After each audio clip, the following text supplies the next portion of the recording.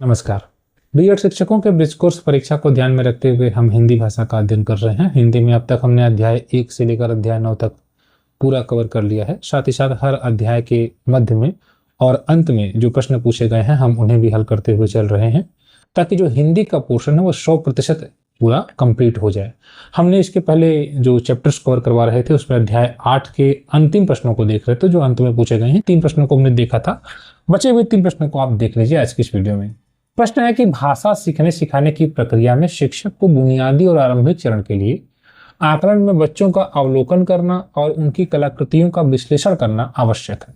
इस कथन की उदाहरण सहित व्याख्या करेंगे। प्रारंभिक अवस्था में अक्सर हम अपने बच्चों को देख रहे होते हैं कि उन्हें आप थोड़ी सी अगर तारीफ उनकी कर देते हैं तो वे बहुत खुश हो जाते हैं। अगर बच्चा कोई भी ड्राइंग कर रहा है, कुछ शब्दों को लिख रहा है, अंग्रेजी या हिंदी के वाक्यों को लिख रहा है और आपको दिखा रहा है, तो आप शिक्षक के रूप में उसको एक प्रकार से सकारात्मक फीडबैक दीजिए कि हाँ तुमने बहुत अच्छा लिखा। अक्सर हम देखते हैं कि जब हम कोई काम बच्चों को देते हैं, बच्चे हमारे पास कॉपी लेकर आते हैं, हम चेक करते हैं, सब सही रहता है, तो वो बच्चा बड़ा खुश होकर मुस्कुरा कर जाता है और अपने अगल बगल के साथी को दिखाता है कि देखो मेरा सब सही है।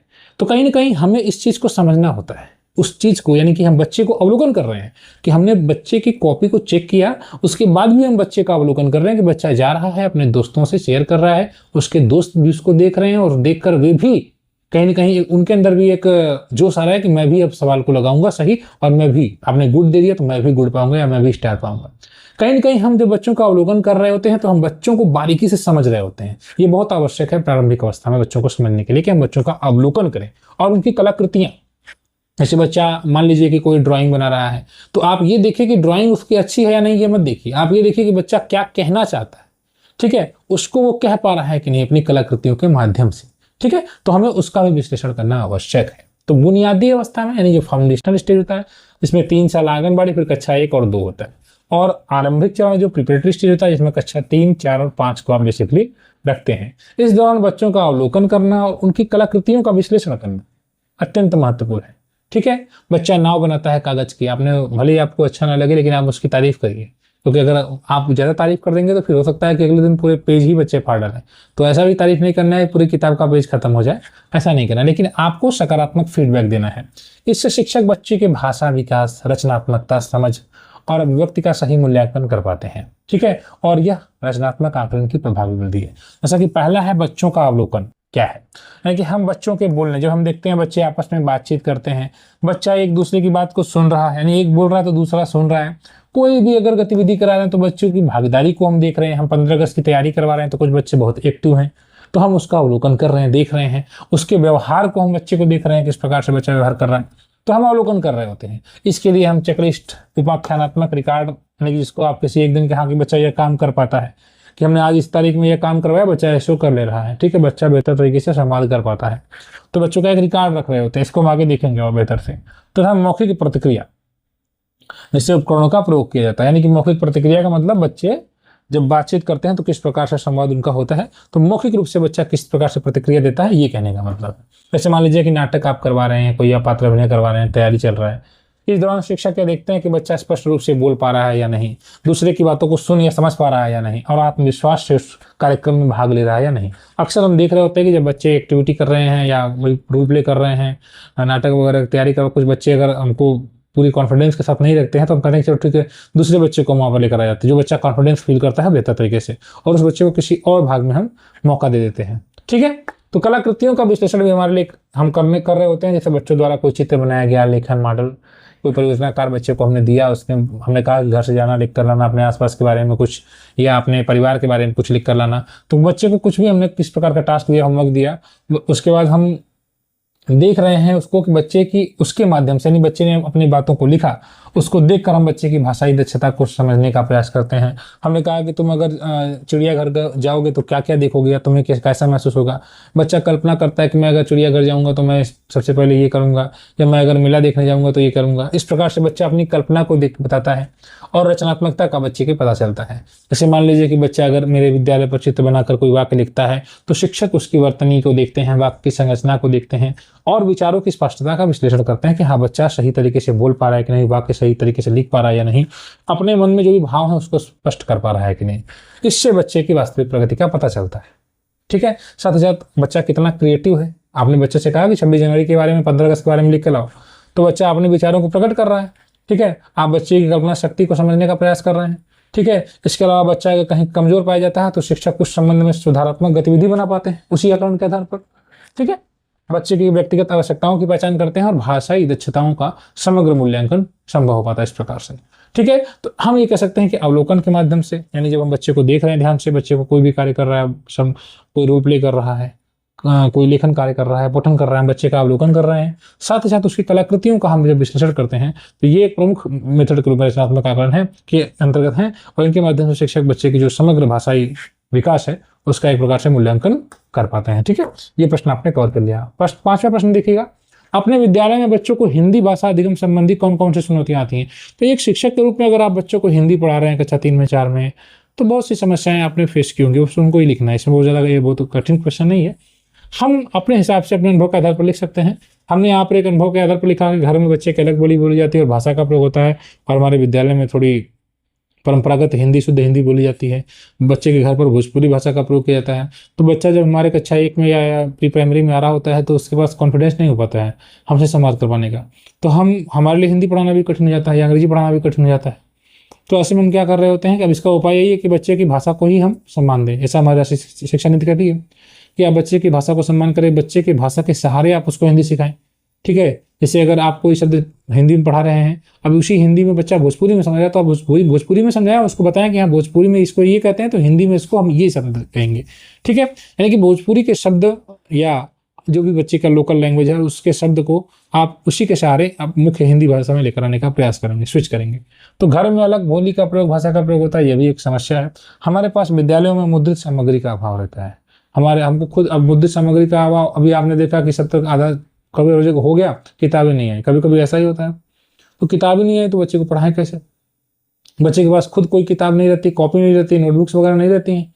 ठीक है, तो हम अपने शिक्षक के रूप में यह कार्य करते हैं कि अपने कक्षा को प्रिंट रिच इन्वायरमेंट से भर देते हैं, जिससे बच्चा जब विद्यालय में आता है, कक्षा में आता है, तो उसको तमाम ऐसी चीज़ें कक्षा में पढ़ने को देखने को मिल जाती हैं जो शायद वो घर पर नहीं देख रहा होता है। जब वो विद्यालय में आता है, ऐसे इन्वायरमेंट में बैठता है, तो उससे कहीं ना कहीं जो है भाषा सीखने में बच्चे को आसानी होती है।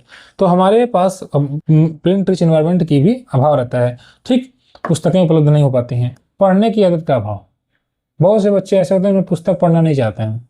ठीक, अब पुस्तक न पढ़ने का भी कारण है कि हमारी पुस्तकें बोरिंग होती हैं। ठीक, तो अब राष्ट्रीय शिक्षा नीति 20 के बाद से अब जो नई आपकी जो एनसीईआरटी ने डेवलप की नई बुक्स, उसमें काफ़ी सुधार कर दिया है। ठीक है, गतिविधियां हैं, खेल, बच्चों के जिज्ञासा आधारित, अन्वेषण आधारित कह सकते हैं आप उसको, इंक्वायरी बेस्ड अप्रोच हमारी बुक्स में दिखाई देता है। बच्चे तर्क करते हैं, बातचीत करते हैं, संवाद करते हैं उसमें, बच्चे कहीं ना कहीं उसमें इंटरेस्ट लेते हैं। ठीक है, तो इस वजह से अब काफ़ी सुधार कर दिया गया है। ठीक है, तो इस वजह से पढ़ने की आदत बच्चों में धीरे धीरे डेवलप हो रही है। तो हम बच्चों के सामने कहानी की पुस्तकें, चित्र की पुस्तकें, बाल साहित्य वगैरह उपलब्ध कराएं, तो हम देखते हैं हमारे यहाँ अलग से अवेलेबल कराई जाती हैं गवर्नमेंट के द्वारा। बच्चों का कम आत्मविश्वास, कई बच्चे हिंदी बोलने में संकोच करते हैं। समाधान के रूप में, वैसे अब उनका लोकल लैंग्वेज नहीं है, हिंदी नहीं बोल पाते। जैसे हम ही को आपको अंग्रेजी बोलने के लिए कह दिया जाए या फ्रेंच बोलने के लिए कह दिया जाए अचानक में, तो हमने कुछ शब्द सीखे हैं तो इसके अंदर पर हम तो बोल तो नहीं पाएंगे। उसी प्रकार बच्चा भी जब हिंदी बोलेगा या कक्षा 1 या 2 में रहता है, तो अभी हिंदी के कुछ ही शब्द को वो सीख पा रहा होता है। अगर वो भोजपुरी परिवेश का है या मराठी का है और उसको हिंदी सिखा रहे हैं, तो वो भी हिंदी के कुछ ही शब्दों को सीख पा रहा है, तो पूरा कॉन्फिडेंस के साथ हिंदी नहीं बोल पाएगा, डर लगेगा उसे। तो कहीं ना कहीं ये भी एक समस्या है, बच्चों में आत्मविश्वास की कमी होती है। शब्द पहचान में भी कठिनाई होती है, बच्चे शब्दों और ध्वनियों को पहचानने में कठिनाई अनुभव करते हैं। इसका समाधान है कि आप बच्चों के ध्वनि आधारित खेल करवाएं अपनी कक्षा में, फ्लैश कार्ड वगैरह, और वर्ड में बच्चा कोई शब्द बोल रहा है, आप उस शब्द को दिखा रहे हैं, इस प्रकार से वर्ड मिलान करवाएं। ये सभी गतिविधियों के माध्यम से इसको आप आसानी से इसको ओवरकम कर सकते हैं। इसके अलावा कक्षा का नीरस वातावरण भी रहता है। केवल पुस्तक आधारित बच्चों को आप शिक्षण देंगे तो वो लगता है, बहुत शिक्षक केवल किताब से ध्यान देते हैं। लाइब्रेरीज हैं और स्मार्ट क्लास हैं, प्रोजेक्टर हैं, इनका प्रयोग करते ही नहीं है। ठीक है, मोबाइल के सहारे भी आप बच्चों को पढ़ा सकते हैं। ठीक, टैबलेट वगैरह गवर्नमेंट ने दिया ही है, तो इन सारी चीज़ों के माध्यम से भी पढ़ाया जा सकता है। लेकिन कुछ शिक्षक सिर्फ किताब का ही प्रयोग करते हैं, इससे बच्चों को बोरिंग लगता है। ठीक है, इसका समाधान है कि आप गीत कक्षा में प्रस्तुत करें, कविता, खेल, चित्रकारी गतिविधि आधारित शिक्षण अपनाएं। अगर शिक्षक बच्चों की भाषाई पृष्ठभूमि को समझकर गतिविधि आधारित शिक्षण करवाएंगे, तो हिंदी भाषा अधिगम सरल, प्रभावी और आनंददायक बन जाएगा। इस प्रकार से आपने इसको देख लिया। अंतिम प्रश्न है अध्याय 8 का कि शिक्षक के लिए बच्चों को भाषा सीखने सिखाने में समग्र प्रगति पत्र। यहाँ पर महत्वपूर्ण में एक ही तरह रहेगा, ये फॉन्ट में मिस्टेक होती है बार बार। तो अब देखिएगा सर, आप अगर आप कक्षा प्राथमिक विद्यालय में पढ़ा रहे होंगे तो अब की बार आपको गवर्नमेंट के द्वारा समग्र प्रगति पत्र दिया गया होगा, HPC जिसको आप कहते हैं। अब उसमें आकलन का सिर्फ एक ही पक्ष नहीं है कि हाँ बच्चे का अर्धवार्षिक परीक्षा हुआ, वार्षिक परीक्षा हुआ, कितना नंबर मिल गया, ये इसमें सिर्फ ये नहीं है, बल्कि आपको बच्चे का व्यवहार कैसा है, बच्चे का भाषाई विकास किस प्रकार से होता है, करिकुलर गोल्स के आधार पर बच्चा क्या क्या चीजें कर पाता है। तो HPC में पूरा का पूरा सब विकास के सभी आयामों पर चर्चा की गई है। तो होलिस्टिक प्रोग्रेस कार्ड क्या है, 360 डिग्री जो असेसमेंट आप कर रहे होते हैं, एक प्रकार से बच्चे का समग्र मूल्यांकन है उसमें। ठीक है, तो ये अब नई पद्धति के आधार पर ये डेवलप किया गया है, हमारे प्राथमिक विद्यालयों में अनिवार्य भी कर दिया गया है, शिक्षकों को भरना भी है। आप अपने विद्यालय में हेडमास्टर से एक बार मांग लीजिएगा कि एक प्रोग्रेस कार्ड दिखा दीजिए HPC, आप एक बार उसको देख लीजिएगा, आपको सब समझ आ जाएगा। आप पहले पेज पर देखेंगे तो बच्चा अपने बारे में लिख रहा होगा कि हाँ मुझे, मेरा नाम ये है, मैं ये बनना चाहता हूँ, मेरे पिता ये हैं, मेरे माता ये हैं, ठीक है, मुझे क्या चीज़ें अच्छी लगती हैं, उसके साथी का फीडबैक, उसके पेरेंट्स का फीडबैक, और विकास के जो अलग अलग आयाम होते हैं, बच्चे की सोचने समझने की क्षमता, ठीक, भाषाई विकास किस प्रकार से, तो हर चीज में उसमें चर्चा की गई। तो ये प्रश्न है कि भाषा सीखने सिखाने में समग्र प्रगति पत्र एक महत्वपूर्ण उपकरण है कैसे।